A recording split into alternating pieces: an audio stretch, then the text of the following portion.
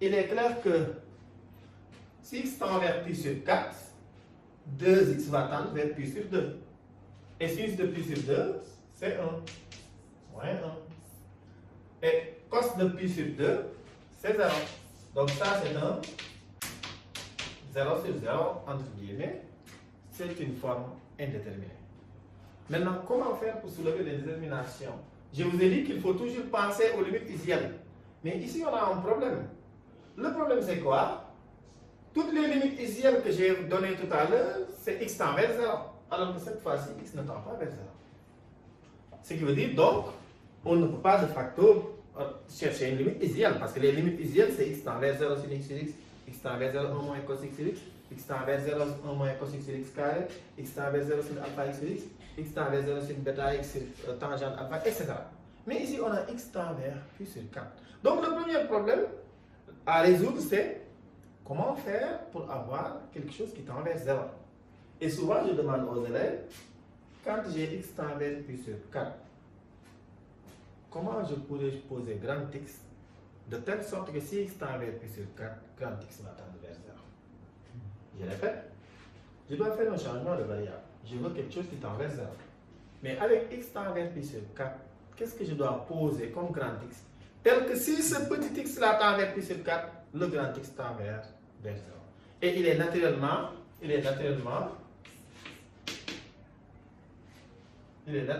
bien de voir que si je pose grand x égale petit x moins pi sur 4, là si petit x tend vers pi sur 4, grand x va tendre vers pi sur 4 moins pi sur 4. Grand x va tendre vers 0. Et donc, je rappelle que quand on dit grand x égale petit x plus pi sur 4, il faut nous dire petit x c'est quoi en fonction de grand x, parce qu'on a des petits x qu'on doit remplacer en fonction de grand x.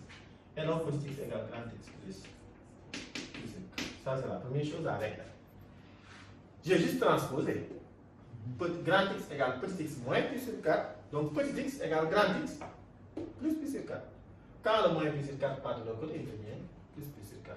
Maintenant, si petit x tend vers pi sur 4, comme je l'ai dit tout à l'heure, alors grand x va tendre vers pi sur 4 moins pi sur 4, 0. Ça veut dire quoi? Qu'est-ce que je viens de faire? Pour le moment, j'ai changé la variable petit x en une variable grand x, de telle sorte que si petit x tend vers pi sur 4, grand x va tendre vers 0. Au moins, j'aurai un grand x qui tend vers 0. Maintenant, est-ce que ce que j'ai en haut, ça va marcher ou pas? Là, je ne sais pas pour le moment. Mais au moins, je respecte les transformations.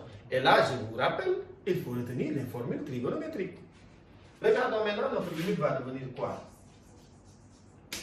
Limite lorsque x tend vers pi sur 4 de sin 2x moins 1 sur cos 2x. C'est la même chose. C'est la même chose quand grand x tend vers 0, parce que si x tend vers pi sur 4, grand x tend vers 0. Et partout où il y avait petit x, je remplace par grand x plus pi sur 4.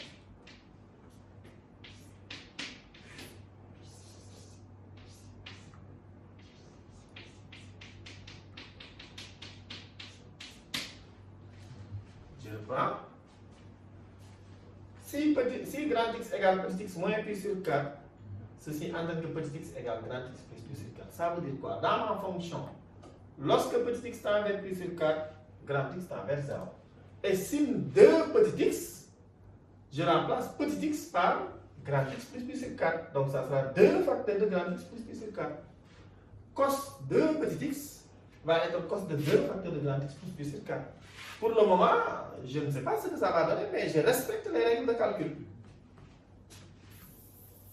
Ce qui veut dire que ça sera donc limite lorsque grand x tend vers 0, le sinus de 2 grand x, 2 fois pi sur 4, ça fait pi sur 2. Moins 1 sur cosinus de 2 grand x plus pi sur 2. 2 fois grand x, c'est 2 grand x, 2 fois pi sur 4, c'est pi sur 2. 2 fois grand x, c'est grand x, 2 grand x, 2 fois pi sur 4, c'est pi sur 2. Et c'est là où maintenant que les formules trigonométriques vont m'aider.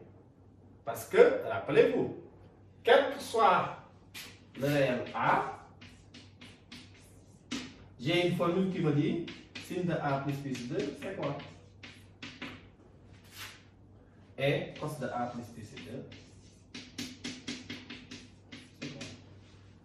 Ça, je l'ai. Et maintenant, je peux les retrouver. Comment retrouver cela?